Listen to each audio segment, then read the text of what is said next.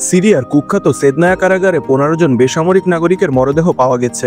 কারাগারটিতে তল্লাশি চালাতে গিয়ে উদ্ধারকারীরা মরদেহগুলোর সন্ধান পায় বলে জানিয়েছে যুক্তরাষ্ট্রভিত্তিক পর্যবেক্ষক সংস্থা Syrian observatory for human rights. সংস্থাটি বলেছে, নৃশংসভাবে নির্যাতনের পর এই 15 ব্যক্তিকে হত্যা করা হয়েছে। সরকার বিরোধী বিদ্রোহী গোষ্ঠীগুলো ঝোড়ো অভিযান চালিয়ে গত রোববার সিরিয়ার রাজধানী দামেস্কে নিয়ন্ত্রণে নেয়। বিদ্রোহীদের মাত্র 12 দিনের অভিযানে সিরিয়ায় বাশার আল আসাদ সরকারের পতন ঘটে। তিনি দেশ ছেড়ে পালান। বিদ্রোহীদের এই অভিযানে নেতৃত্ব দেয় হায়াত তাহরির আল শাম। সিরিয়ান অবজারভেটরি বলেছে, তারা 2024 সালের শুরু থেকে সিরিয়ান সরকারি কারাগারগুলোতে নির্যাতন সহ পর্যাপ্ত স্বাস্থ্যসেবা না পেয়ে মারা যাওয়া 69 জন বেসামরিক নাগরিকের মৃত্যুর তথ্য নথিভুক্ত করেছে।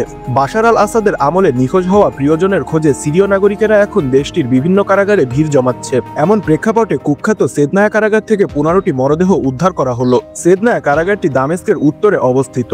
বাশার আল আসাদ সরকারের নৃশংসতার সাক্ষী হয়ে আছে এই কারাগার। এখানে হাজারো সিরীয় নাগরিককে বন্দী করে রেখেছিল বাশার আল আসাদ সরকার। বাশার আল আসাদের শাসনামলে বন্দী হওয়া মানুষদের খুঁজে পাওয়ার আশা নিয়ে স্বজনেরা এখানে ভিড় করছেন।